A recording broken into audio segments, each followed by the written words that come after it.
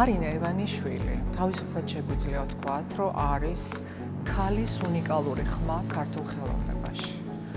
მან შექმნა ესეთი წინააღმდეგობრივი, სადღისებით დატვირთული ფორმები, სადაც გაერთიანებულია მამაკაცური ხელწერა, ქალური აღქმა, ტკივილი, იმედი, ღვთისმოსაობა, ეროტიული განცდები. ამას გარდა მარინა ლაპარაკობდა სხეულის ფრაგმენტით. მან ტორსი გადააქცია ესეთ ცოცხალ სიმბოლოდ, რომელიც ქმნის ძალიან ინტიმურ სივრცეს მაყურებელსა და ფორმას შორის. ამასთან ერთად აუცილებლად უნდა აღნიშნოთ მარინა ივანიშვილის შემოქმედებითი სითამამე. ის ქმნიდა ისეთ ეპოქაში და გარემოში, სადაც ქალის თავისუფალ თვითგამოხატვას, როგორც წესი, ხდებოდნენ საკმაოდ მკაცრი ცენზურით და საერთოდ ზოგადად ქალის ხმა იყო მიჩუმათებული. და მიუხედავად ამისა, მარინამ შეძლო, რომ მისი ხელწერა და მისი მხატვრული ენა ყოფილიყო თამამი და თვითმყოფადი. ამას გარდა მას საერთოდ არ აინტერესებდა მასობრივი გემოვნების მოთხოვნები და სწორედ ამის გამო მან მოახერხა შეენარჩუნებინა შინაგანი სიმართლე და გულწრფელობა. მარინა ივანიშვილს ჰქონია ბევრი პერსონალური გამოფენა, მაგრამ პირველად არის პერსონალური გამოფენა ეროვნულ გალერეაში.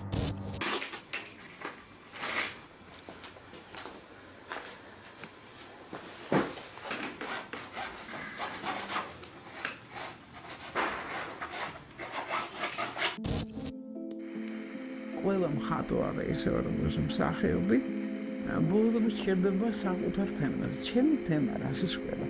მე გავჩერდი ძალიან მწირ ფორმაზე არის ადამიანის ცხოვრება პირველ რიგში ეს არის ცხოვრება, ზედაც შენერდა და ხარება სამევა სისტემა. ნაწილობრივ ხატები. 29 წელი რა იყო? იმის გარდა საშინელება ხდებოდა, გაჩნდა ახალი თემა, ეს ადამიანის ეს არის სულიერი სიმშვიდე. და მეც ალბათ სიმშვიდე განვიცადა და მზაობა იყო შინაგანი მასალები მიგეოდებოდა და დაიწყო ამ წმინდა ნინოთი. 400 ხარება კურსებს გაკეთებული. შემო დავიბრალო რომ პრინციპში ჩემი სიტყვა ვთქვი ხაწერაში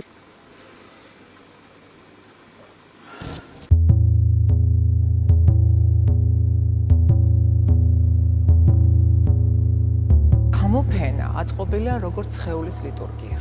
იმიტომ რომ სწორედ სხეულია მარინა ივანიშვილის შემოქმედების მთავარი თემა. და თვითონ გამოფენის სახელწოდებაც არის სიტყვათა თამაში. კორპუს მარინა, ლათინური სიტყვა კორპუსი, ერთდროულად ნიშნავს სხეულსაც და ნამუშევართა სრულ კრებულსაც.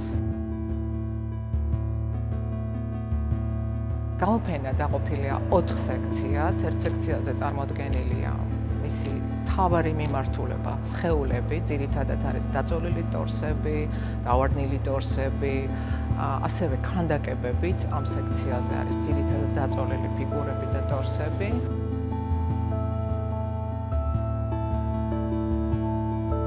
მეორე სექცია, რაც ძალიან მნიშვნელოვანი იყო მარინასთვის, ეს არის მისი რელიგიური შემოქმედება და რელიგიური თემატიკა.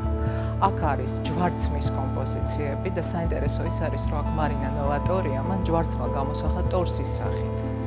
და ასევე ისეთი გამოსახულებები, რომელიც გამოხატავს ტკივილს, სევდას, მელანქოლიას და ვედრებას. ეს სუფთა კურატორული ინტერპრეტაცია, მაგრამ ვფიქრობ გაამართლა. აი აქ სადაც ვდგავართ, ეს არის მსხვერპლ შეწირვა. აქ ცენტრალური ნამუშევარი არის სამსხვერპლო ხარი. და ამის გარშემო ნამუშევრებია დალაგებული, როგორც დაახლოებით აი პრეისტორიულ გამოქვაბულებში, ჩვენთვის უკვე უცნობი რიტუალის ნაწილი და ელემენტები.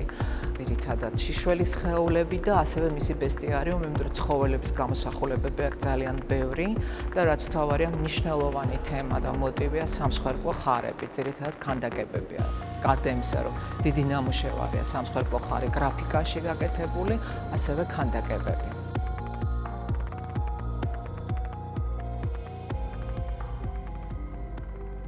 ძალიან მნიშვნელოვანია და რაც არასდროს არ გამოფენილა, ეს არის მარინეს მართლმადიდებლური ხატები.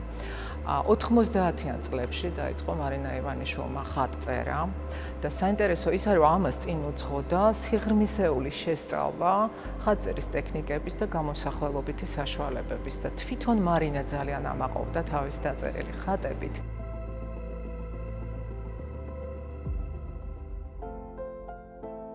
პირველი გამოფენა ეროვნულ გალერეაში კიდევ ერთხელ საშუალებას მისცემს ხელოვნებით დაინტერესებულ ადამიანებს, რომ შეხვდნენ მარინა ივანიშვილის შემოქმედებას და დაინახონ და იფიქრონ იმაზე, როგორ შეუძლია ქანდაკებას და გრაფიკას გველაპარაკოს მთავარზე. ეს არის სხეული, ეროტიული განცდები, ღვთისმოსაობა, იმედი, ტკივილი და სიხარული. ის, რაც ჩვენი ცხოვრების ნაწილია.